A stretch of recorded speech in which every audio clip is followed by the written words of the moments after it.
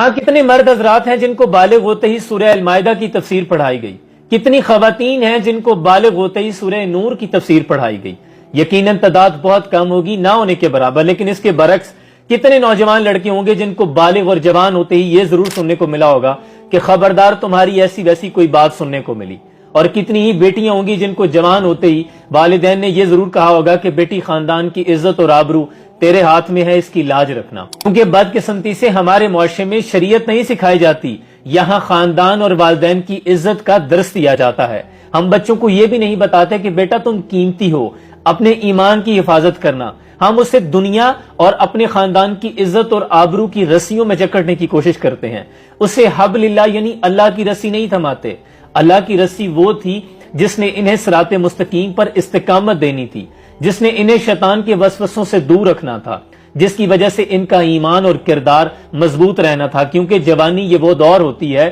جب جذباتی وابستگی انسان پر گہرا اثر انداز ہوتی ہے،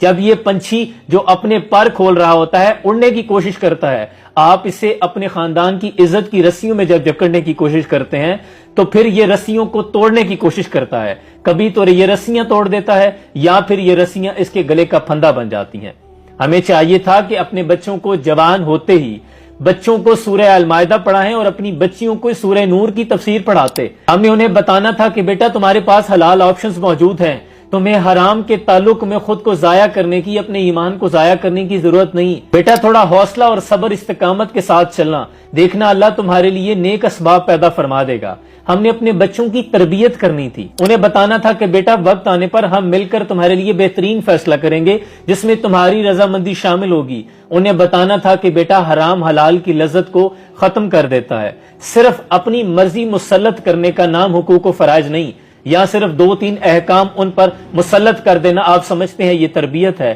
نہیں، ہمارا مسئلہ یہ ہے، ہمارا سسٹم الٹا یہ ہے کہ والدین اپنی خواہشات خود نہیں پورا کرتے، ان کے بچوں کو ان کی خواہشات پوری کرنی ہوتی ہیں، اور سننے کو یہ ملتا ہے کہ تمہیں پالا پوسا، تمہیں پڑھایا لکھایا، اب ہمیں اتنا بھی حق نہیں پہنچتا کہ تمہاری زندگی کا فیصلہ کر سکیں،